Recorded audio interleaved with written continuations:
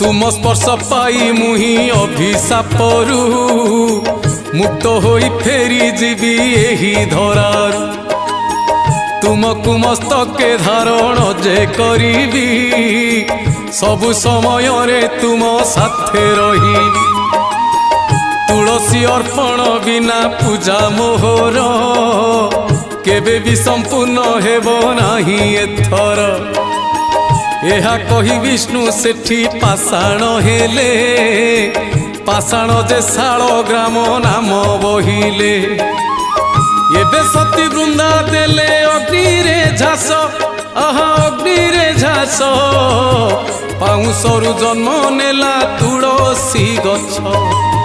शाल ग्राम रूपे प्रभु अपेक्षा कले